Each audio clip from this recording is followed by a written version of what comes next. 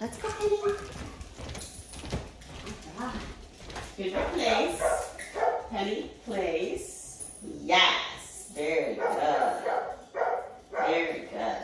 Okay, so today Penny is working on her placemat. It ended up being a big confidence builder. I'm sorry, the camera's a little crooked.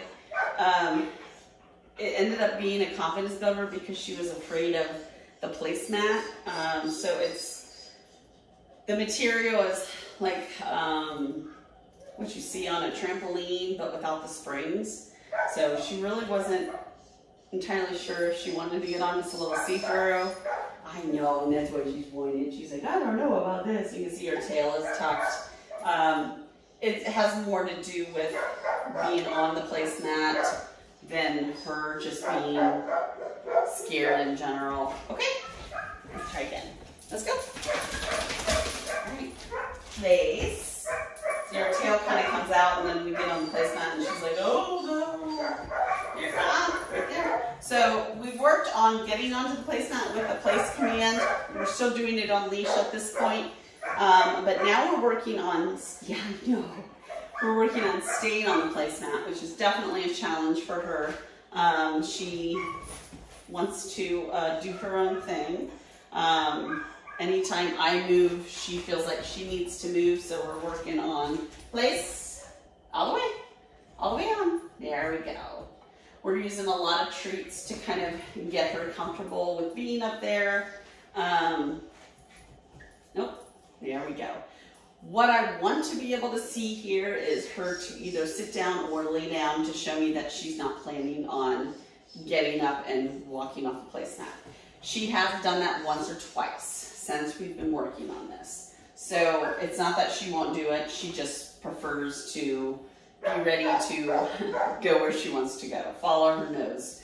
If she sees something, go follow that. Go check everything out. All right, here we go. So I'm just trying to work on duration of staying on the placemat, so the amount of time she's there, as well as getting some distance from her, but still having the leash. Nope. So I'm just giving her just a little pressure on the leash.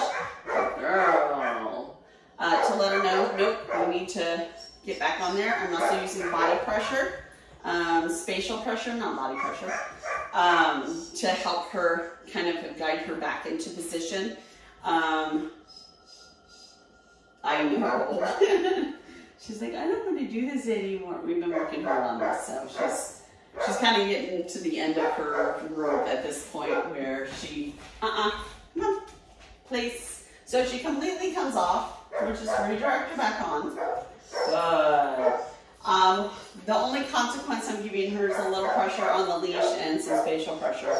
That's probably the extent of the consequences she's going to get for coming off the placemat, because the last thing I want to do is just spook her.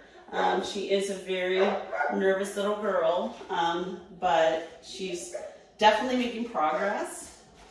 She's fretting right now. She's like, I don't want to do this anymore. I was able to get her out to play with some of the dogs. She's not as interested in playing, but being around them and smelling them and seeing what they're investigating, which is very much a hound thing to do. My hounds always did that. They weren't necessarily wanting to play with other dogs, but they were very interested in what they were doing.